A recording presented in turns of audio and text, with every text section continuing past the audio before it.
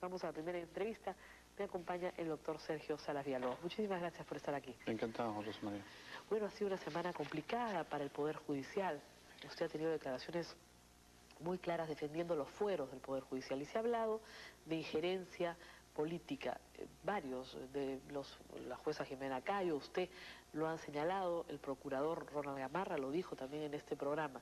Sin embargo, le han dicho, los voceros del Poder Ejecutivo han dicho que los ministros simplemente opinan, están dando una opinión, y que el legislativo investiga y fiscaliza. Y por lo tanto puede llamarlos para pedirles cuentas en base a sus investigaciones y fiscalización y están cumpliendo con un mandato constitucional. ¿Por qué la injerencia? ¿Por qué esta susceptibilidad por parte del Poder Judicial? Bueno, en realidad efectivamente ha sido una semana bastante dura, bastante tensa. Yo creo que el panorama para el Poder Judicial no está sumamente estable en estos tiempos. Hay una serie de circunstancias, el tema del presupuesto, la carencia de recursos. Y sobre todo, lo importante, yo creo que por primera vez, y esto lo dije en una emisora radial en la mañana, es la primera vez que yo tenga memoria de que el Poder Judicial de alguna manera está haciendo notar pues su independencia a través de sus voceros, a través de sus representantes, ¿no? En otros países del mundo, un juez de primera instancia efectivamente le puede decir que no al Poder Ejecutivo y al Legislativo. Eso en el Perú no tiene muchos precedentes. Y yo tengo una pregunta relacionada efectivamente con eso. La medida no se está ejecutando. Es decir, esta gente ha sido detenida. Una persona que ha interpuesto un recurso de habeas corpus y para el resto de casos no se ha ejecutado la medida. El Poder Legislativo ha expresado su preocupación por esta orden de detención, la considera excesiva e injusta.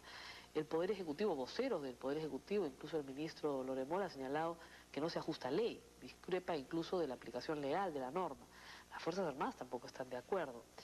Cuando el Poder Legislativo, el Poder Ejecutivo y las Fuerzas Armadas no quieren que se aplique una medida judicial en el Perú, ¿esta se aplica o no se aplica? Tiene que aplicarse. Nosotros los jueces tenemos toda la obligación y la facultad constitucional para exigir la aplicación de la norma, ¿no? Pero no se aplica.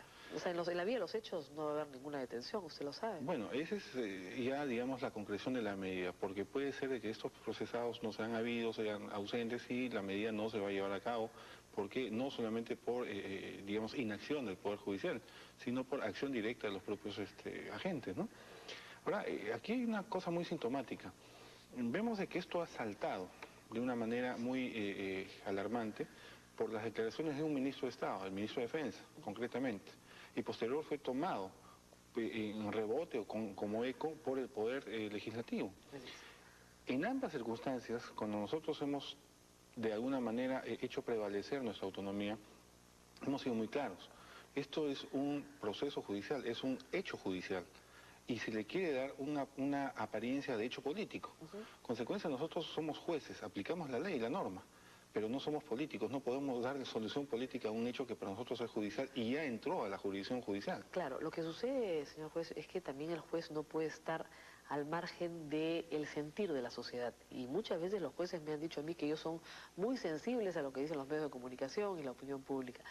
Y efectivamente, por confusión o no confusión, aquí hay un sentimiento de indignación en la población que con justa razón ve a estos comandos como héroes, como gente que gratuitamente fue a dar su vida por otro y que resulta que ahora están siendo procesados por haber tenido un acto de valor. Entonces eso es algo que la gente no ha entendido con claridad y esto ha mostrado una animadversión directa, yo creo, hacia el poder en general, pero en estos días hacia el Poder Judicial, porque el Poder Ejecutivo y el Poder Legislativo se ha separado inmediatamente de la acción del Poder Judicial. Entonces, ustedes también tienen que entender que hay ese sentimiento. No, definitivamente lo entendemos. O sea, el juez no puede ser insensible ante el clamor, la reacción ciudadana. El problema es el siguiente, ¿cómo se presenta? No es que haya un juzgamiento por la propia acción militar, perdón, sino fundamentalmente por lo que ocurrió después de estos hechos, ¿no? Claro, lo que pasa es que, no se preocupe, yo también estoy resfriada, doctor Salas, así que vamos a estar los dos tosiendo durante el programa. Lo que sucede es que, digamos, esa diferencia entre el ataque militar y la operación de rescate y lo que sucede después ha sido clara al segundo o tercer día. Al principio, yo creo que la opinión pública entendió que lo que se estaba juzgando era el exitoso operativo militar Chavín de Huántar, y eso causó, por cierto, indignación. Otro de los temas que ha estado en el debate jurídico y que es un poco técnico, a veces es difícil de entender, es la aplicación de esta ley que establece medidas excepcionales para limitar derechos en investigaciones preliminares, que es la que se aplica para esta detención preventiva. El ministro de Defensa y otros voceros también del Poder Legislativo han dicho que no tendrían ningún problema con una detención si es que esta se diera dentro de una instrucción abierta. Eso estará por verse también en su momento. Pero lo que molesta es que sin existir un proceso abierto se ordene la detención de personas que tienen una foja de servicios intachable, que han sido condecoradas y que tienen una serie de méritos que no han sido evaluadas por la jueza. ¿Qué piensa usted de esa observación? Bueno, en primer lugar, disculpe la... No se preocupe, yo estoy también medio asmático hoy día. El problema radica fundamentalmente en que la norma está diseñada de esta forma y el juez tiene poca capacidad para poder jugar, digamos, en un marco de acción. Consecuencia, no es que el proceso judicial no esté abierto. Ya hay una medida preventiva, una medida cautelar. Entonces el juez no puede tener mucho campo de acción, no tiene muchos elementos.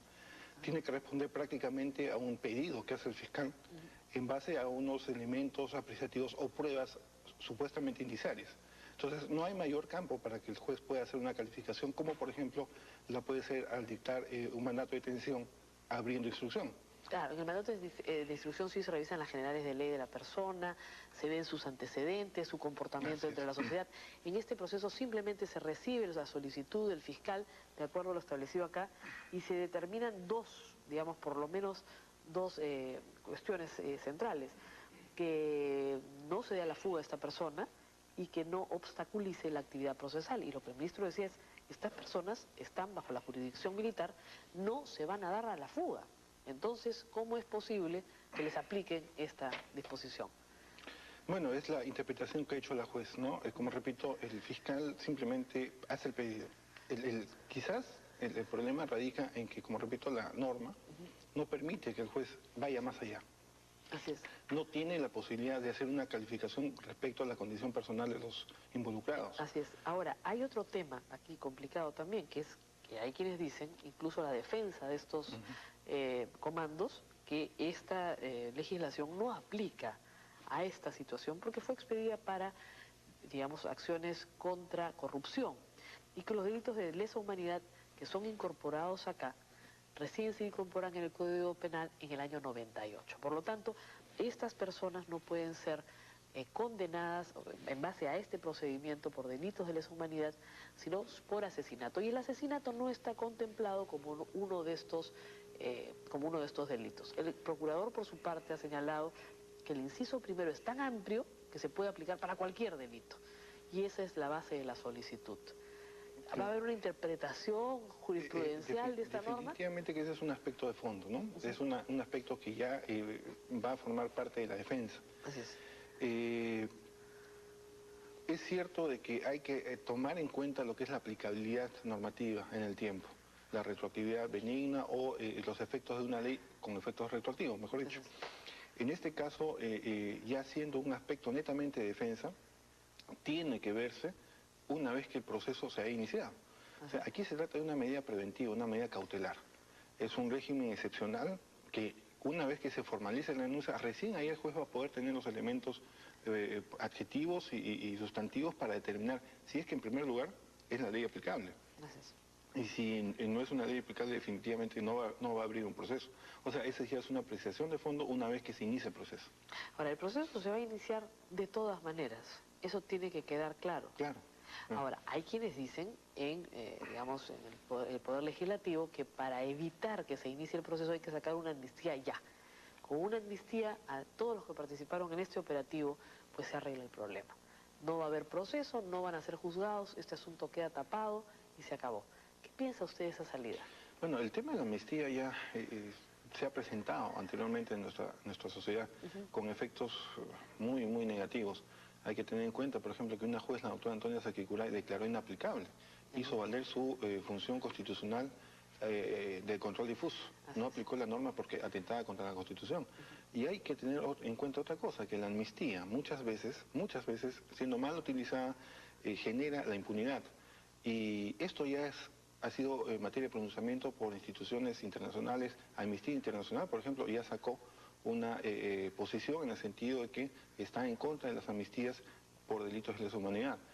Señor Sergio Salas Villalobos, cuando se menciona Amnistía Internacional, a la Corte Interamericana de Derechos Humanos, a ONGs de Derechos Humanos, inmediatamente los que están polarizando esta situación dicen, esa es una posición de izquierda.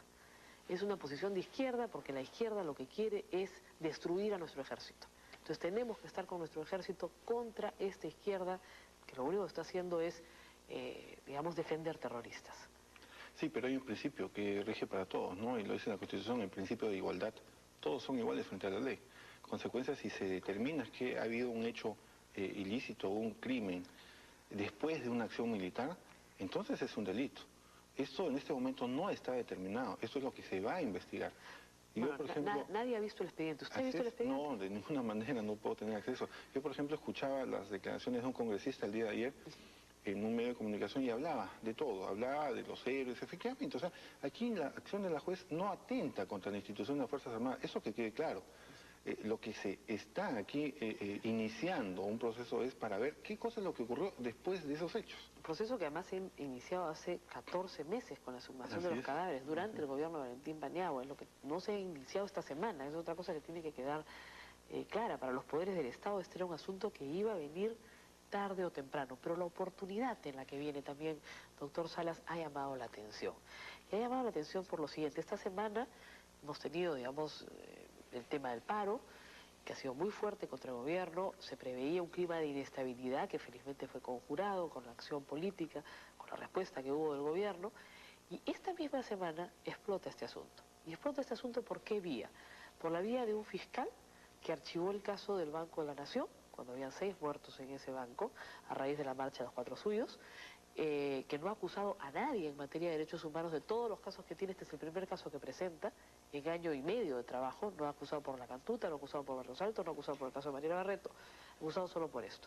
Y lo presenta justamente cuando el juez Barreto está de vacaciones y está por vencer su periodo vacacional, y una juez suplente tiene que asumir este caso.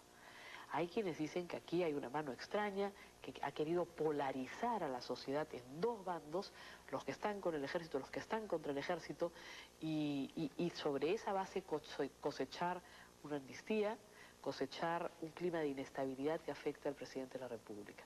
¿Qué piensa de esa tesis? Yo tengo otra lectura. Ajá. Yo tengo otra lectura que creo que tampoco es descabellada, al contrario. No puedo responder por las conductas y las acciones del fiscal. Lo que sí puedo responder es por la organización de la Corte Superior. En este caso, efectivamente, el doctor Barreto está de vacaciones y la doctora Cecilia Pollack, ella no es juez suplente, simplemente ha alternado, ella es juez titular. Perdón. Claro, entonces, ella no es la primera vez que alterna un despacho de los juzgados anticorrupción. Anteriormente lo he hecho con el despacho del doctor Saúl Peña. Y es una juez que tiene una formación jurídica bastante sólida. Entonces, ella está llamada a cubrir estas alternancias en estos juzgados. Entonces, no hay nada oscuro en lo que respecta a nosotros. Pero la lectura que le decía es la siguiente. Efectivamente, esto se produce luego de que hay una serie de controversias y situaciones sobre la imagen del presidente y la imagen del gobierno. Pero yo no veo de que se presente por el lado del Poder Judicial, sino en todo caso esto se presenta por la reacción de un ministro de Estado, de un miembro del Poder Ejecutivo, en momentos en que el Poder Judicial está reclamando mayor presupuesto, está reclamando por el recorte presupuestario que se ha hecho, está reclamando por el proyecto de ley que se pretende ahora eliminar los aranceles judiciales. Entonces, no viene por el lado del Poder Judicial, viene por un lado de un representante del Poder Ejecutivo que después no ha dicho nada. Entonces, como nos mueva una circunstancia probablemente, digamos, si hay un análisis político de esto por parte de cualquier representante del Poder Ejecutivo, dice, lo primero que tenemos que hacer nosotros es marcar distancia de esta resolución, porque si no, la población va a creer injustamente que somos responsables por la resolución y porque por lo tanto estamos contra el ejército, siendo la Fuerza Armada parte del Poder Ejecutivo. Entonces, esa es la reacción. Claro. Pero usted dice, no, no es por ahí. Definitivamente por el lado del Poder Judicial no, o sea, yo como le digo, tengo otra lectura, ¿no? Quizás se ha pretendido levantar la imagen deteriorada o que está a menos del gobierno, y vamos a utilizar pues al Poder Judicial, que en estos momentos está hablando mucho, ¿no? Entonces vamos a revertir la figura. Pero ¿quién quiere destruir al Poder Judicial? Yo no creo que quiera destruir. ¿O quién quiere desprestigiarlo? Porque esa es otra lectura. Lo que sí nos queda claro es que hay una intención política de desestabilizar al Poder Judicial, que en este momento, como repito, está en una hora histórica de reclamando lo que le corresponde. Pero a su autonomía. mire, quien ha planeado esto, si hubiera una mano oscura en realidad, de repente el primer objetivo era desestabilizar al gobierno de Toledo, no resultaba, el segundo objetivo era fastidiar, desestabilizar y desprestigiar al Poder Judicial, que es el que está juzgando a todas las personas vinculadas al tema de corrupción. Entonces, si no ligaba el objetivo 1, pues de repente resultaba el objetivo 2.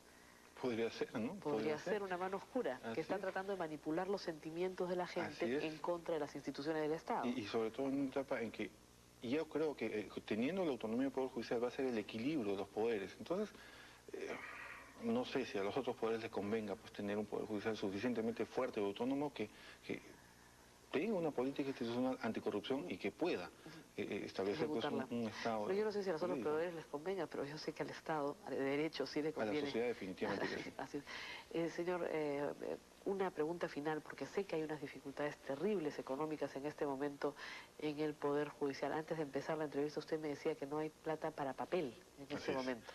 Hemos sostenido una reunión de gabinete en la Corte de Lima con los administradores y aun cuando no puedo declarar en emergencia a la Corte Superior, porque ese es un trámite que implica un procedimiento ante el Consejo Ejecutivo, la realidad es que ya la Corte de Lima está en emergencia.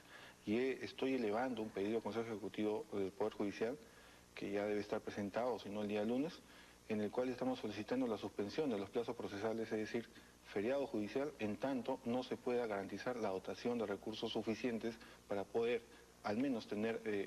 ¿Feriado judicial por cuánto tiempo? Por el tiempo que se habiliten las partidas y que podamos tener garantizada la dotación de materiales, al menos de papel, tóner... ¿Las remuneraciones están en riesgo también? Las remuneraciones, el nivel de remuneraciones del personal, si es que no hay una verdadera reestructuración en la nivelación remunerativa de los trabajadores, ¿no? Entonces este es un aspecto muy complejo. Ahora, estos 25 millones de soles que les quitaron al Poder Judicial para dárselos al Banco Agrario, ¿de verdad se los quitaron o era un saldo del año anterior? ¿Cómo ha sido este asunto? Ahí tenemos una interrogante. Yo he cursado un oficio al gerente general, al doctor Roberto Quirós Rojas, con conocimiento del presidente del Poder Judicial, porque hubo una sala plena en esta semana, el día lunes, en la Corte Superior de Lima. Y uno de los vocales, el doctor Víctor Raúl Mancía, hizo referencia a un hecho sintomático, de que un congresista había dicho de que por información del Poder Judicial, habían 25 millones que no iban a ser utilizados. ¿Por qué? Porque iban a formar parte de las remuneraciones de los jueces que no han sido nombrados. En consecuencia, como no se va a utilizar ese dinero, se devuelve. Entonces, ¿dónde quedan las normas administrativas de transferencias de partidas presupuestarias, no? Entonces, es dinero que nos está faltando. Así es, así es. Y esto ¿Ustedes aceptan donaciones? Yo creo que sí. ¿No hay impedimento? Bueno, por favor, empresas que hacen papel, personas de buena voluntad que puedan donar papel al Poder Judicial. ¡Qué horror! ¿En qué estado estamos? Organizar una campaña. Una campaña nacional de que un fin de semana, digamos, la gente vaya a la puerta de Palacio de Justicia y regale papel. Así es. A lo que hemos llegado, ¿no, doctor? A lo que hemos llegado. Es lo básico, lo mínimo indispensable, papel. Qué horror. Imagínense ustedes. O sea, no hablemos de sistemas informáticos, computadoras y impresoras, ¿no? Hablemos de lo más básico, papel. Y esa sí puede ser realmente una injerencia política del Poder Judicial, cortarle los recursos. Así es. Muy bien, muchísimas gracias, doctor, por estar esta noche con nosotros. Ha sido el doctor Sergio Salas Villalobos. Le agradezco, disculpe usted el tos y el resfrío. Estamos todos mal, todos estamos mal por el clima. Vamos a una pausa, amigos, y regresamos con el señor Jorge Salmón.